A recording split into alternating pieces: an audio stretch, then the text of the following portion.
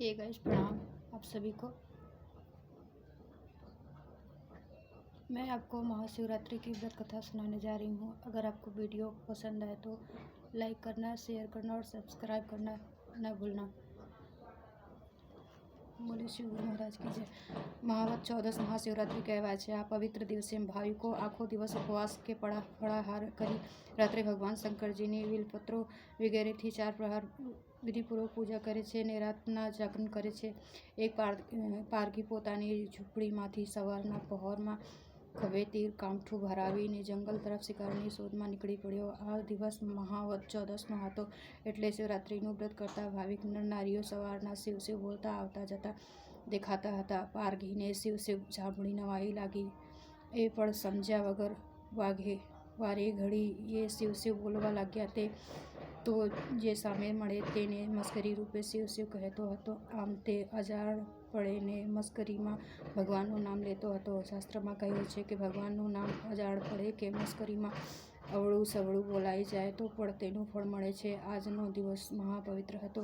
તહેવારનો અને વ્રતનો દિવસ હતો. આ દિવસે પાપ થાય નહીં અને કુદરતી રીતે પારગીને જંગલમાં ખૂબ અથડાવા છતાં એક પણ શિકાર મળ્યો નહીં. આથી તેનાથી પાપ થતું અટકી ગયું. વળી શિકારની શોધમાં દિવસભર તે ભૂખ્યો તરસ્યો આથડ્યો હતો એટલે અજાણપણે તેનાથી ઉપવાસ થઈ ગયો. મનુષ્યને શ્રેય થવાનું હોય ત્યારે સંજોગ આપોઆપ ઊભા થઈ જાય છે. પારગીને કંઈ શિકાર મળ્યો નહીં એટલે રાતવાસો જંગલમાં જ કરવા વિચાર્યો. બીજે દિવસે સવારે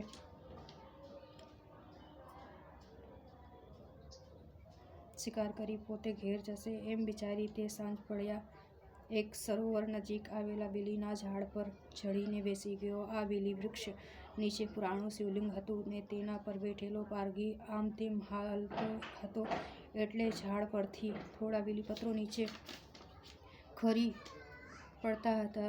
વળી તે રમત રમતા પણ બીલીપત્રો તોડીને નીચે રાત્રિના પહેલા પ્રહરે એક મૃગલી સરોવરમાં પાણી પીવા આવી. પારગીની ચકોર નજર તેના પર પડી. તે તેનો શિકાર કરવા પ્રેરાયો.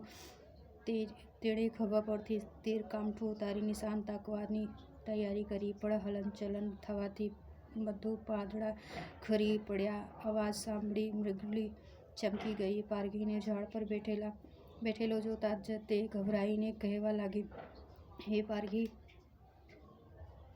તીર મારીશ નહીં. હું હમણાં મારી કુટુંબજનોને મળીને અહીં પાછી ફરું છું. પછી તું મને મારી નાખજે. પારગીને કહ્યું, એવી રીતે કોઈ પાછું આવતું હતે તું મને છેતરીને અહીંથી ભાગી જવા માંગે છે. મૃગલીએ સોગંદ ખાધા અને વચન આપ્યું કે તે કોઈ પણ ઉપાયે પાછી ફરશે. પારગીએ તેને જવા દીધી. જીવતદાન મળવાથી મૃગલી હરખભેર પોતાના રહેઠાણે જતી રહી. રાત્રિના બીજા પ્રહરે મૃગલી તરસ લાગવાથી તે સરોવર કાંઠે પાણી પીવા આવી. ત્યારે પારગી તેને મારવા તીર કામઠું લઈને તૈયાર થયો. આ વખતે પણ તેના હલનચલનથી ઘણા બીલીપત્રો નીચે શિવલિંગ પર ખરીને પડ્યા. બીજી મૃગલીએ પણ પારગીને ઝાડ પર નિશાન તાકીને બેઠેલો જોયો એટલે તે કરગરીને કહેવા લાગી, ભાઈ, મને મારીશ નહીં. હું મારા કુટુંબને મળીને થોડી જ વારમાં પાછી ફરું છું. પછી મને મારી નાખજે. પારગીએ કહ્યું, હું કોઈના ઉપર વિશ્વાસ રાખતો નથી. હમણાં જ એક મૃગલી વિશ્વાસ આપી મને છેતરી ગઈ. તે પાછી દેખાઈ જ નથી. માટે હવે તને જીવતી નહીં જવા દઉં. આ મૃગલીએ બહુ કાલાવાલા કર્યા ને પોતે પાછી ફરશે એવું વચન આપ્યું એટલે પારગીએ ભાગ્ય ઉપર ભરોસો રાખી તેને જવા દીધી. પારગી બંને મૃગલી રાહ જોઈને થાક્યો પણ બેમાંથી કોઈ ન આવી. તેથી તે નિરાશ થઈ ગયો અને શિવ શિવ કહેતો બીલીપત્રો તોડીને નીચે નાખવા લાગ્યો. એવામાં ત્રીજા પ્રહરે એક મૃગ સરોવરના કાંઠે પાણી પીવા આવી ચડ્યો. પારગી તેને જોઈ તીર કામઠાને સજ્જ કરવા લાગ્યો. પણ આ હિલચાલમાં થોડા બીલીપત્રો ઝાડ પરથી ખરીને નીચેના શિવલિંગ ઉપર પડ્યા. પાંદડાના ખખડાટથી મૃગો ચોંકી ગયો અને તેણે ઝાડ પર નજર કરી તો પારઘી તીર તાકીને બેઠેલો જોવામાં આવ્યો. તેણે તરત જ કહ્યું કે હે ભાઈ, મને મારીશ નહીં.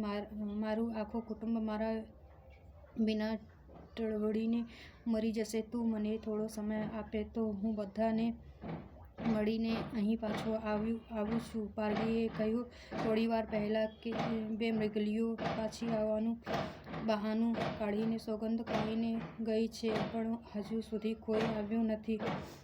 હવે તારા ઉપર વિશ્વાસ કેમ બેસશે? મૃગે કહ્યું, હું જરૂર પાછો આવીશ. એકવાર મરવાનું તો છે જ, પછી તમારા હાથે મરીશ. તમારા કામમાં હું આવું એ સારું જ છે. શિવપૂજનથી પારઘીની બુદ્ધિ શુદ્ધ થતી જતી હતી. તેને મૃગલાને જવા દીધો. ચોથા પ્રહારે એકાએક સરોવર કાંઠે આખું મૃગ કુટુંબ આવીને ઊભું રહ્યું ને બધાને બરાબર જોવા. પારઘીએ વચમાં નડતા પાંદડા બીલીપત્રો તોડીને નીચે નાખવા માંડ્યા. તેનાથી ચોથા પ્રહરે પણ અજાણપણે શિવપૂજન થઈ ગયું. આ વખતે શિવાલયોમાં ઘંટનાદ થવા લાગ્યો ને આરતી થવા લાગી ને હર હર મહાદેવના પ્રચંડ નાદ સંભળાવા લાગ્યા.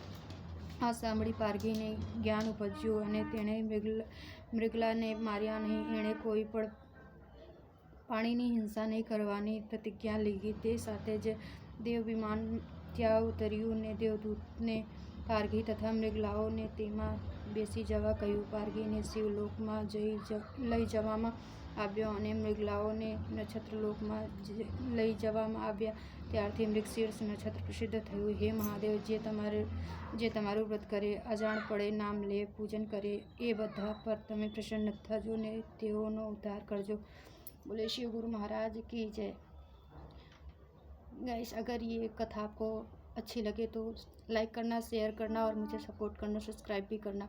धन्यवाद धन्यवाद धन्यवाद। हर हर महादेव।